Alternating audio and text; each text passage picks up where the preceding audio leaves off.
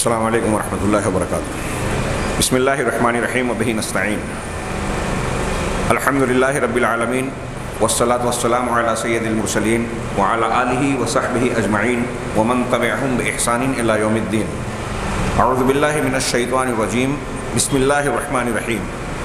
ومن یرغب عن ملۃ ابراہیم الا من صفح نفسہ وَلَقَدِ اصْطَفَيْنَاهُ فِي الدُّنْيَا وَإِنَّهُ فِي الْآخِرَةِ لَمِنَ الصَّالِحِينَ إِذْ قَالَ لَهُ رَبُّهُ أَسْلِمْ قَالَ أَسْلَمْتُ لِرَبِّ الْعَالَمِينَ۔ جمعیت اہل حدیث مالیگاؤں کے صدر محترم استاذ گرامی جناب اقبال سر صاحب حفظہ اللہ، مہمان مکرم مولانا عبدالحمید مدنی حفظہ اللہ، عزیز دوست حافظ جمیل صاحب، دیگر ذمہ داران جمعیت، میرے بزرگوں، بھائیوں اور دینی ماؤں اور بہنوں، اللہ تبارک و تعالیٰ کے انعامات میں سے، بے شمار نعمتوں میں سے سب سے بڑی نعمت، سب سے بھاری چیز جو اللہ نے ہمیں عطا فرمائی، یہ اس کے رحم و کرم اور انتہائی احسان کا حصہ ہے کہ اس نے سب سے قیمتی چیز کو سب سے زیادہ سستا اور سب سے زیادہ آسان بنا کر لوگوں تک پہنچایا۔ دنیا میں جس چیز کی سب سے زیادہ، یہ انسانوں کا مزاج ہے کہ جو ضرورت کی چیز ہوتی ہے اسے مہنگا بنا دیتے ہیں، اور اللہ کا قانون یہ ہے کہ بندوں کی ضرورت بحیثیت رب جو مہیا کرتا ہے، جو جتنی زیادہ ضرورت کی چیز ہے اس کو اتنا سستا، اتنا عام اور اس کو اتنا زیادہ فروغ دیتا ہے۔ ہوا کی سب سے زیادہ ضرورت ہے جسمانی مادی زندگی کے چلانے کے لیے، کتنی عام ہے، کوئی اس کو اسٹور کر کے ذخیرہ کر کے نہیں رکھ پاتا کہ اس کا سودا کرے، بیچے، خریدے۔ سب سے زیادہ قیمتی چیز کو سب سے ہلکے اور آسان انداز میں لوگوں تک پہنچانے کا انتظام کیا انبیاء کرام علیہ الصلوۃ والسلام کے ذریعے، اور اپنی کتابوں اور شریعت کو نازل کر دیا۔ اہدنا الصراط المستقیم بندے کا سوال خود اللہ نے سکھایا۔ ہر نماز کی ہر رکعت میں یہ دعا مانگو، کیونکہ آپ کو، ہم کو اس کی ہر وقت ضرورت ہے۔ زندگی کی راہوں میں اللہ کی ہدایت میسر جسے آ جائے، اس سے زیادہ خوش نصیب کوئی نہیں، چاہے وہ جھوپڑے میں رہتا ہو، اور اس سے بڑا بد نصیب کوئی نہیں جو دنیا کی ساری نعمتیں بظاہر پا رہا ہے لیکن ہدایت سے محروم ہے۔ انبیاء کرام، صحابہ کرام اور دوسرے بہت سارے سلف نے یہ سبق اپنی زندگیوں سے دیا کہ سب کچھ قربان کیا جا سکتا ہے۔ ابھی آپ نے سنا، گھر چھوٹ جائے چھوٹے، رشتہ دار چھوٹ جائیں چھوٹے، وطن چھوٹے چھوٹ جائے، کوئی پرواہ نہیں، جان دینی پڑے اس کی بھی بازی لگا دی جائے، بچائیں گے عقیدہ اور ایمان، ہدایت کو، اس سے زیادہ قیمتی کوئی چیز نہیں۔ چنانچہ انبیاء کرام علیہم الصلوۃ والسلام اللہ تبارک و تعالیٰ کی نازل کی ہوئی ہدایت و پیغام کو لوگوں تک مفت پہنچاتے تھے۔ جو سب سے قیمتی چیز ہے اسے مفت پہنچاتے تھے۔ ما اسألکم علیہ من اجر، انبیاء کرام کی دعوت میں آپ قرآن مجید میں بار بار پڑھیں کہ انبیاء دعوت دیتے ہوئے کہہ رہے ہیں کہ میں اپنی اس دعوت کا تم سے کوئی معاوضہ، کوئی اجرت نہیں مانگتا۔ ان اجری الا علی اللہ، میری اجرت اللہ پر ہے، وہ معاوضہ دے گا، میں تم سے نہیں مانگ رہا ہوں۔ اور شاید یہی وجہ ہے کہ انبیاء کرام علیہ الصلوۃ والسلام کے ذریعے سے اللہ تعالیٰ دنیا کی سب سے قیمتی، سب سے مہنگی، سب سے اہم نعمت عام کرتا ہے، اور لوگ اس کی اتنی ہی زیادہ ناقدری کرتے ہیں۔ کتنے لوگ اس کی طرف توجہ ہی نہیں کرتے۔ آج کا ہمارا یہ پروگرام جو ہمارے ہڈکو کے برادران کے تعاون سے جمعیت اہل حدیث مالیگاؤں نے منعقد کیا، یہ اس سلسلے کی کڑی ہے، اللہ تبارک و تعالیٰ کی سنت کو جاری رکھنے کی، جو اللہ کی، ہم نے کوئی احسان اور نیکی نہیں کی، اللہ کی توفیق ہے، اس کا احسان ہے کہ اس کام کے لیے ہمیں چنا اور یہ موقع دیا کہ انتہائی قیمتی چیز کو لوگوں میں مفت تقسیم کریں۔ اللہ کا طریقہ ہے، انبیاء کرام علیہ الصلوۃ والسلام کی سنت ہے، اور میں دعا دوں گا کہ اللہ تبارک و تعالیٰ جزائے خیر دے۔ حالانکہ میرے شاگرد ہیں، اور عبدالواحد بھائی رحمہ اللہ جو لاک ڈاؤن کے پہلے حصے میں ہمیں داغ مفارقت دے گئے، میں ذاتی طور سے وہ میرے بڑے بھائی سے کم نہیں تھے، ہمارے لیے عبرت کا سامان ہے۔ کفر اور شرک کے گھرانے سے آئے تھے، جین مذہب سے مسلمان ہوئے تھے۔ یہ عبدالحمید اس وقت 1.5 مہینے کی عمر میں تھے۔ میاں بیوی نے نظر مانی، اللہ سے عہد و پیمان کیا کہ اپنے بچے کو دین کی خدمت میں لگائیں گے۔ جامعہ محمدیہ میں ڈالا، اردو نہیں آتی تھی، ایسے بچوں کا داخلہ نہیں ہوتا جنہیں اردو نہیں ہوتی، میں وہاں استاذ تھا۔ ان کا داخلہ ہوا اندور سے مالیگاؤں کے راستے میں، ان کو اردو میں اپنا نام لکھنا سکھایا گیا راستے میں، اس بنیاد پر داخلہ ہوا، سنبھالا گیا۔ انہوں نے محنت کی، جذبہ تھا، ابھی آپ نے جذبے کی بات سنی، اللہ برکت دیتا ہے۔ جامعہ محمدیہ سے فراغت کے بعد دعوت کے کام میں لگے، مدینہ گئے، وہاں داخلہ ہوا۔ مدینہ میں ان کو موقع مل رہا تھا کہ اعلیٰ ڈگری حاصل کر سکتے ہیں۔ عبدالواحد بھائی مجھے لے کے گئے عمرے کے لیے، وہاں کچھ میرے شاگردوں نے کہا کہ عبدالحمید کو سمجھائیے، اسے موقع مل رہا ہے، پی ایچ ڈی کر سکتا ہے۔ مجھے حیرت ہوئی کہ ایک بچے کو موقع مل رہا ہے، یہاں سالہ سال مدینہ میں گزار سکتا ہے، اچھا خاصا مکافہ ملے گا، دنیاوی اعتبار سے ترقی کے مواقع ملیں گے، پھر یہ انکار کیوں کر رہا ہے؟ اس لیے میں نے ان سے پہلے سوال کیا مدینہ ہی میں، کیا وجہ ہے آپ نہیں بول رہے؟ انہوں نے جو اس کی وجوہات بیان کی، اس میں سر فہرست یہ وجہ تھی کہ میں نے دیکھا کہ یہاں جو بہت اعلیٰ ڈگریاں حاصل کر لیتے ہیں وہ عوامی سطح پر دعوت کا کام عموماً نہیں کر پاتے، ایسے علمی کاموں میں مشغول ہوتے ہیں جو جس کا فیض لوگوں تک نہیں پہنچتا۔ اور میں چاہتا ہوں، میرے والدین کی خواہش یہ تھی کہ میں لوگوں میں دعوت و تبلیغ کا کام کروں، اس لیے مجھے یہ منظور نہیں، گوارا نہیں کہ میں اب مزید میری شادی ہو چکی والدین پر بوجھ بنوں اور یہاں اعلیٰ ڈگری کے نام پر دعوت کے کام سے کٹا رہوں۔ لہذا دعوت کے کام پر آئے، اور ابھی آپ نے سنا کہ وقت میں برکت، یہ میرے شاگرد ہیں لیکن بعض چیزوں میں انہیں سامنے رکھتا ہوں تو محسوس کرتا ہوں کہ ہم ان لوگوں سے بہت پیچھے ہیں۔ ان کا پورا گھرانہ، میں نے کہا ہمارے لیے سبق ہے۔ دین اسلام کی حقیقی قدر وہ جانتا ہے جس نے قربانیاں دے کر اسے حاصل کیا ہے۔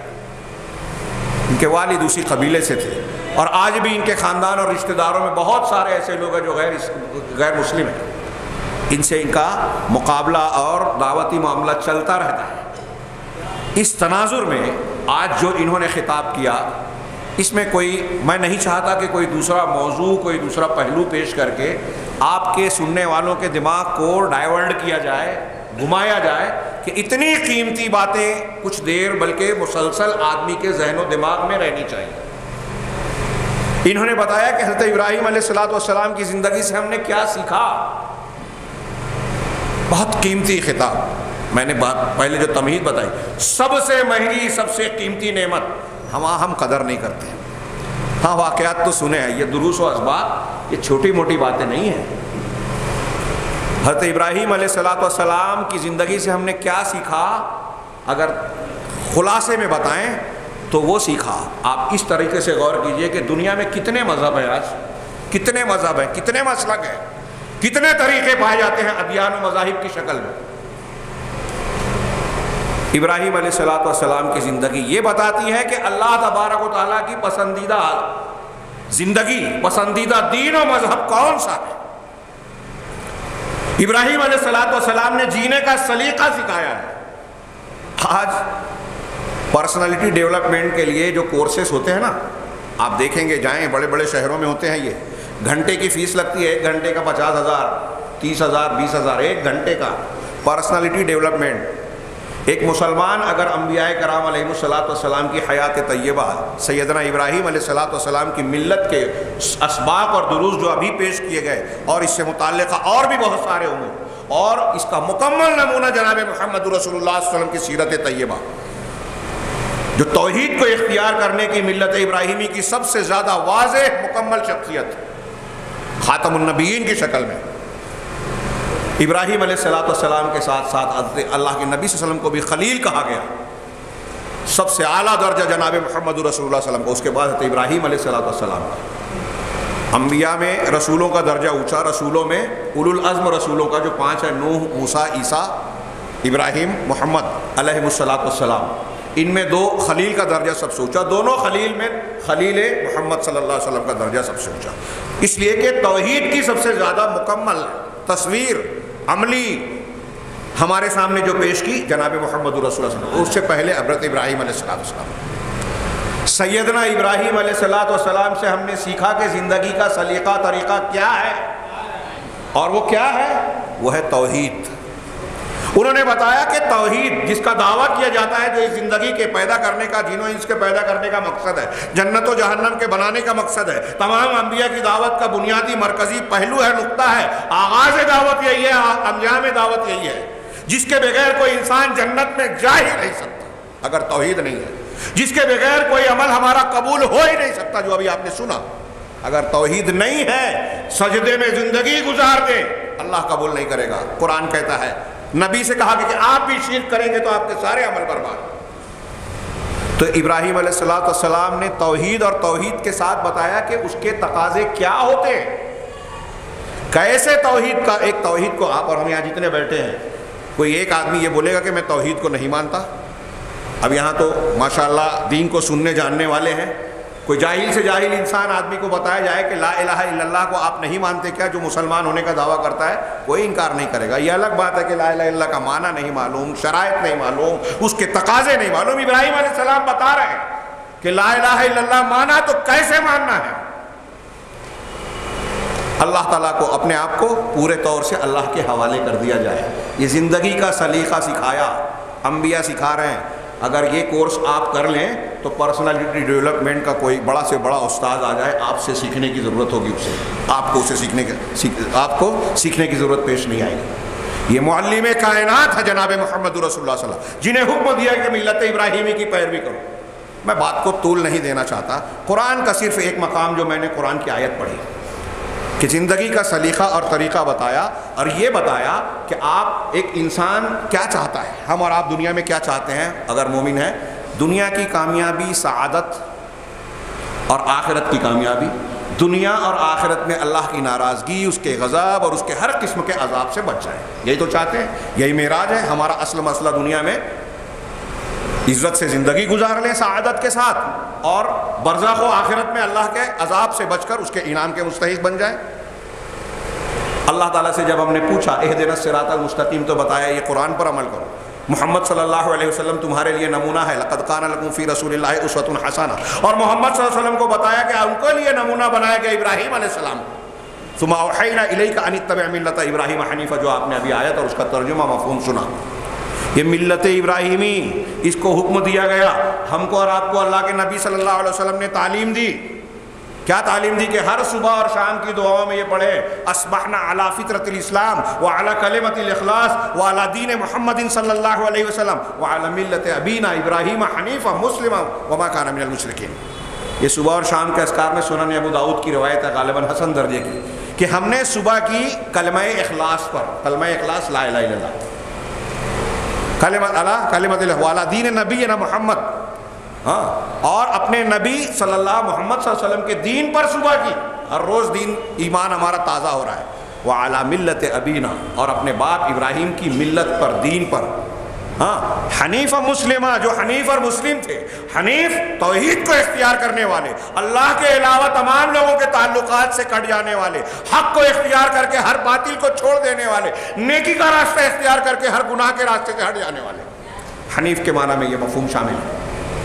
آج ابھی آپ سن رہے تھے نا، ابراہیم علیہ السلام نے، اللہ کا حکم ہوا تو بیوی بچوں کو چھوڑ دیا۔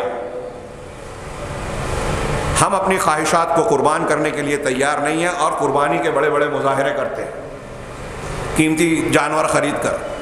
وہ جانور، وہ گوشت، آج جمعہ کے خطبے میں بھی آپ نے سنا ہوگا، وہ اللہ کو نہیں پہنچتا، دل کا تقویٰ پہنچتا ہے۔ ابھی اپنے آیت سنی، ہاں، کتنا جذبہ ہے ہمارے یہاں۔ قربانی کے سلسلے میں حابیل قابیل کے واقعے میں اللہ نے کہا انما یتقبل اللہ من المتقین، اللہ متقیوں سے قبول کرتا ہے۔ ہمارے یہاں جو قربانیاں کر رہے ہیں ہم اور آپ، جو مظاہرے کر رہے ہیں، کتنا تقویٰ ہے، حلال حرام کی تمیز ہے۔ اللہ کے راستے میں ان پیسوں سے جانور خریدے جا رہے ہیں جو سود سے حاصل کیے گئے، جو حرام طریقے سے حاصل کیے گئے، تو آپ کی گاڑی کمائی کو آپ ناجائز طریقے سے خرچ کر رہے ہیں، کہیں کما رہے ہیں غلط، کہیں خرچ کر رہے ہیں غلط، نشے اور ناجائز چیزوں میں اپنے پیسے لگا رہے ہیں۔ تو اب بتائیے تقویٰ ہے ہی نہیں تو اللہ قبول کرے گا کیا؟ خیر، بات پھر سے پھیلنے لگی، میں سمیٹوں بات کہ زندگی کا سلیقہ اور طریقہ سکھایا ابراہیم علیہ السلام نے۔ ان کی زندگی کو اپنے سامنے رکھیے، اللہ نے بار بار بلا وجہ پیش نہیں کیا۔ اور میں قرآن میں سورہ بقرہ کا ایک مقام پڑھ رہا ہوں، قرآن میں جہاں جہاں جو مضمون ذکر کیا گیا ہے وہ اپنے آپ میں مکمل ہے، جامع ہے، اپنے اندر گہرائیاں لیے ہوئے ہیں، کیونکہ اللہ کا کلام ہے۔ یہ جو میں نے 2 آیتیں پڑھی، اس میں سیدنا ابراہیم علیہ الصلوۃ والسلام کی زندگی کا خلاصہ اور نتیجہ دونوں سمٹا ہوا ہے۔ میں صرف اسے پیش کر کے اپنی بات کو سمیٹوں۔ اللہ نے فرمایا وَمَن يَرْغَبُ عَن مِّلَّةِ إِبْرَاهِيمَ إِلَّا مَن سَفِهَ نَفْسَهُ۔ ابھی میں نے تمہید میں کیا سب سے قیمتی چیز انبیاء پیش کرتے تھے، ابھی جو خطاب مولانا عبدالحمید صاحب نے کیا سب سے قیمتی باتیں ہیں توحید کی، ابراہیم علیہ السلام کی ملت کی سب سے قیمتی باتیں، ہم اس کی قدر جانتے ہیں؟ اگر نہیں جانتے تو قرآن کی آیت کا اعلان سنیے، ملت ابراہیمی سے روگردانی کرنے والا، اس سے اعراض کرنے والا، اس پر توجہ نہ دینے والا، جو بھی ترجمہ کرے، ابھی کہہ رہے تھے اگنور کرنے والا۔ آپ ملت ابراہیمی بہت سنا ہے واقعہ، بہت سے لوگ واقعات، ہمارے ہاں علم کی کمی اور جہالت کے باوجود لوگوں کے اندر علامائیت کا ایک کیا کہتے ہیں خبط ہے، کچھ لوگ سمجھتے ہیں ہمیں سب معلوم ہے۔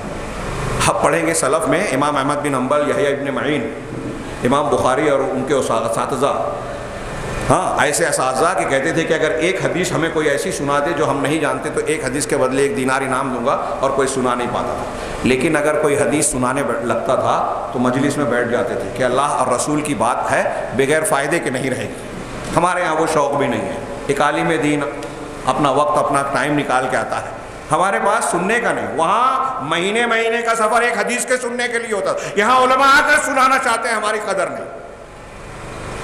سب سے قیمتی چیز جو میں نے شروع میں کہا، انبیاء دے رہے ہیں، علماء بانٹ رہے ہیں، اور ہمارے پاس اس کی قدر فری میں مل رہی ہے نا۔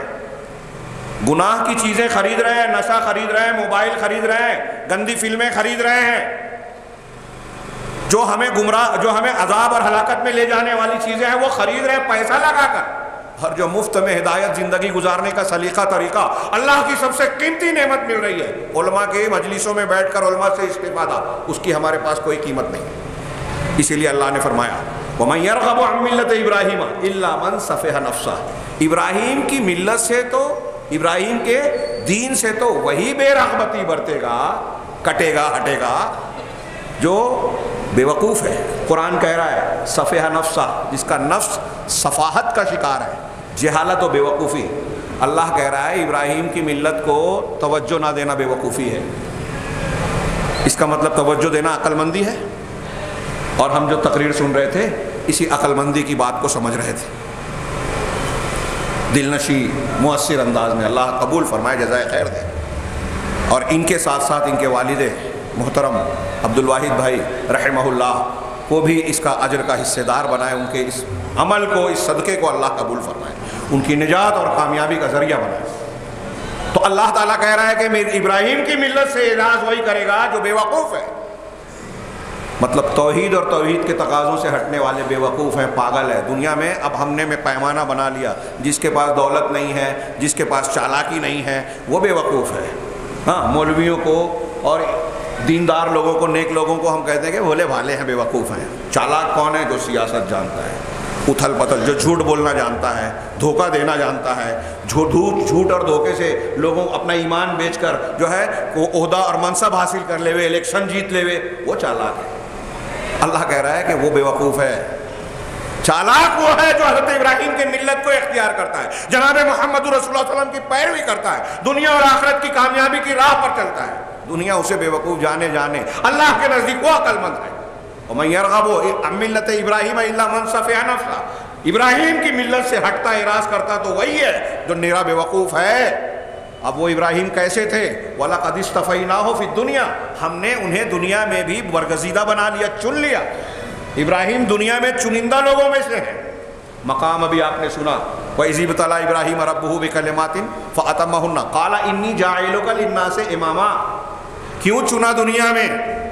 جو حکم دیا گیا، جب حکم دیا گیا قبول کیا، امتحان میں پورے ہوئے، ہر ایگزام میں پورے اترے، تب اللہ نے کیا کہا کہ میں تمہیں لوگوں کا امام بنانے والا ہوں۔ امامت، بلندی، بڑائی کب ملتی ہے؟ جب اللہ تبارک و تعالیٰ کے دین کے سلسلے میں خدمات انجام دیتے ہوئے آپ قربانیاں دیتے ہیں، مشقتیں جھیلتے ہیں، اللہ کی فرما برداری کرتے ہیں، تب آپ کو مقام ملتا ہے۔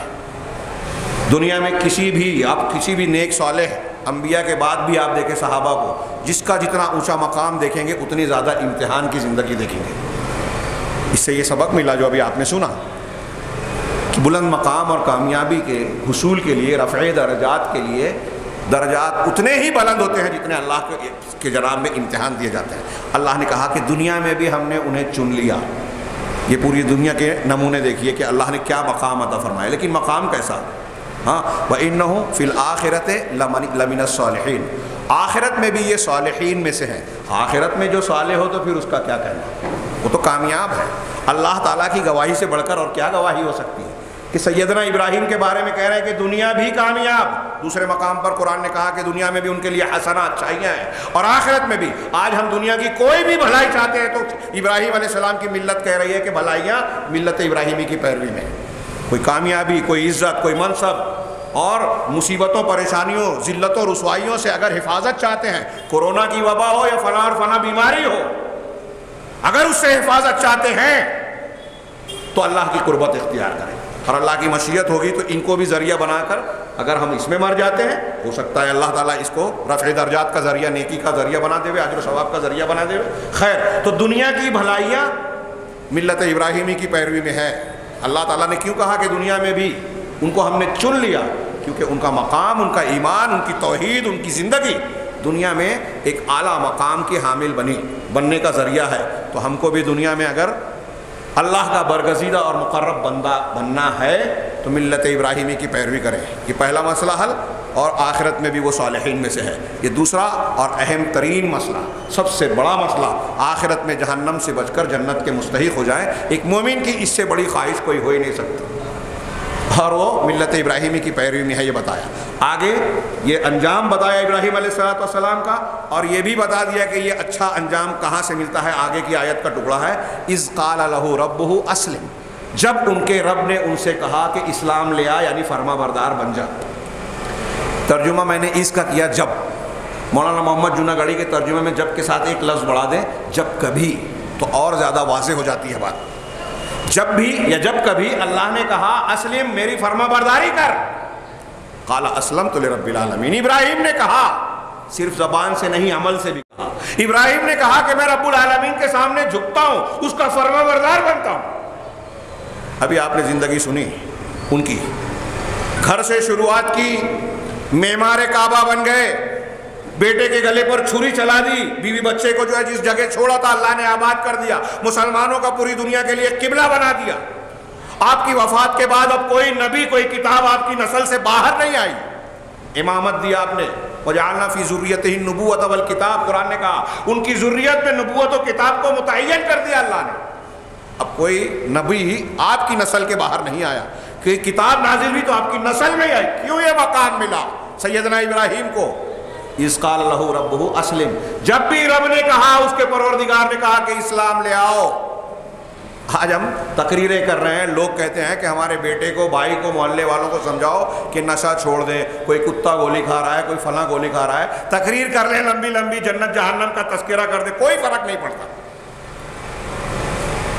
یہ فرق پڑھانے کے لیے آپ ان کو چاہتے ہیں تو بچوں کی تربیت، ابھی بات سن رہے تھے نا کہ بچوں کی تربیت، تو بچوں کی تربیت کا ایک پہلو یہ بھی ہے کہ انبیاء کرام علیہ السلام، بزرگوں اور صالحین کے واقعات کو ان کو بچپن میں سنائیں۔ بچپن میں آپ تربیت کرتے نہیں ہیں، بڑے ہو جانے کے بعد کہتے ہو کہ نافرمان ہے۔ تو آپ نے سکھایا کیا؟ آپ نے خود دین سیکھا کیا؟ توحید جانی کیا؟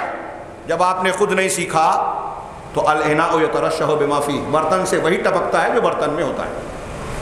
آپ جیسے بے دین ہیں، جاہل ہیں، آپ کا بچہ عالم تھوڑی بن جائے گا۔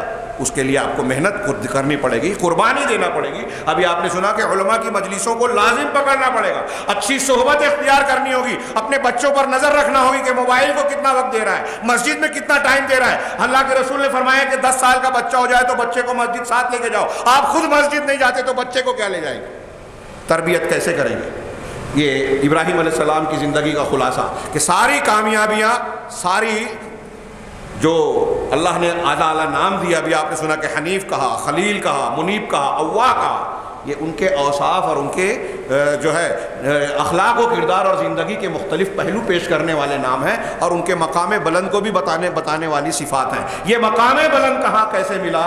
یہ ایک جملہ یہاں دیکھیں اس آیت میں، اذ قال لہ ربہ اسلم، جب بھی اللہ نے کہا اسلام لاؤ، یعنی فرما بردار بن جاؤ، اللہ کی بات مانو، تب مان لیا۔ اور ہمارا حال یہ ہے کہ اللہ کہتا ہے یہ مانو تو کہیں ہمارے باپ دادا آڑے آتے ہیں، کہیں ہمارا مسلک آڑے آتا ہے، کہیں ہماری خواہشات نفس کے دل نہیں مانتا، کہیں فلاں اور فلاں، کہیں رواج رسم و رواج، شادی بیاہ میں رسم و رواج حدیث رسول سے زیادہ مقدم ہے، باپ دادا کا پرمپرا اور جو روایات ہیں وہ ہمارے نزدیک دین کی تعلیمات کے مقابلے میں زیادہ اہم ہے۔ دین پر عمل کریں گے تو لوگ ٹوکیں گے، بولیں گے، لوگوں کا سننا گوارا نہیں ہے، لیکن اگر ہم دین کی مخالفت کرتے ہیں اللہ پکڑ کرے گا، یہ گوارا ہے۔ ایسی کتنی چیزیں ہیں جو ہم نے خود ساختہ بنا رکھی ہے سماج معاشرے دین کے نام پر، روایت کے نام پر، اور جب ان چیزوں کو ہم اختیار کرتے ہیں تو ملت ابراہیمی کو فنا کرتے ہیں۔ ابھی آپ نے سنا کہ جب دین آ گیا، دلیل آ گئی، علم آ گئی تو اسی کی اتباع کرنی چاہیے۔ باپ دادا کے طریقے کو ماننا ہوتا تو ابراہیم علیہ السلام اپنے باپ آزر کے طریقے پہ ہوتے۔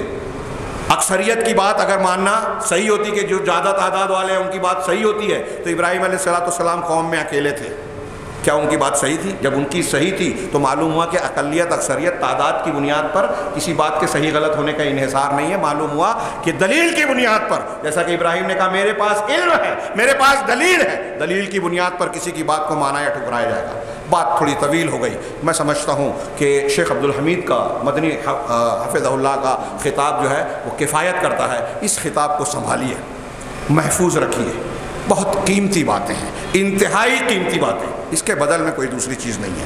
یہ قیمتی خطاب انہوں نے دیا، اللہ تبارک تعالیٰ ان کے اہل خانہ کے لیے اجر و ثواب کا ذریعہ بنائے، خاص طور سے ان کے مرحوم والد عبدالواحد بھائی رحمہ اللہ کے لیے اجر اور نجات کا ذریعہ بنائے، اور یہ ان کا سلسلہ دعوت و تبلیغ کا جو جگہ اللہ تعالیٰ مزید اخلاص اور توفیق سے نوازے، ان کے علم میں برکت عطا فرمائے، اور ان کو زیادہ سے زیادہ نیکیاں اور دعوت کے کام کرنے کی توفیق عطا فرمائے، ہر قسم کے فتنے اور رکاوٹوں سے محفوظ رکھے۔ ظاہر سی بات ہے کہ اس سلسلے میں فتنے اور رکاوٹیں آتی ہیں۔ اس کے علاوہ اس پروگرام کا، اس بامقصد پروگرام کا اہتمام کرنے والے جو اس علاقے کے ہمارے نوجوان ہیں اور جو افراد ہیں، میں ایک ایک کا نام نہیں لے سکتا، جمعیت اہل حدیث کے ذمہ داران ہیں، ان کو بھی میں شکریہ ادا کرتے ہوئے سب سے پہلے اللہ کا شکریہ، پھر اس کے بعد ان حضرات کا شکریہ، اور دعا ہے کہ اللہ تبارک تعالیٰ ان سب کو اجر جزائے خیر عطا فرمائے، اور یہ بھی دعا کہ ان کاموں میں ہمارے اندر اخلاص ہونا چاہیے، اخلاص ہو، اسی سے برکت ملے گی۔ یہ ملت ابراہیمی کا سب سے اہم پیغام ہے کہ اللہ تعالیٰ دل کا جذبہ دیکھتا ہے۔ پروردگار ہمارے جذبات کو، عقیدے کو ہمارے ابراہیم علیہ السلام کی زندگی اور ملت کا پیروکار بنائے، جناب محمد رسول اللہ صلی اللہ علیہ وسلم کا سچا اور وفادار امتی بنائے، اور پھر ان اعمال اور ان وفاداریوں کے ذریعے سے پروردگار دنیا میں بھی ہمیں کامیابی اور سعادت سے نوازے، اور آخرت میں بھی ہر قسم کے عذاب سے بچا کر پروردگار ہمیں اعلیٰ مقام سے نوازے۔ وآخر دعوانا ان الحمد للہ رب العالمین، وصلی اللہ علیہ نبینا محمد۔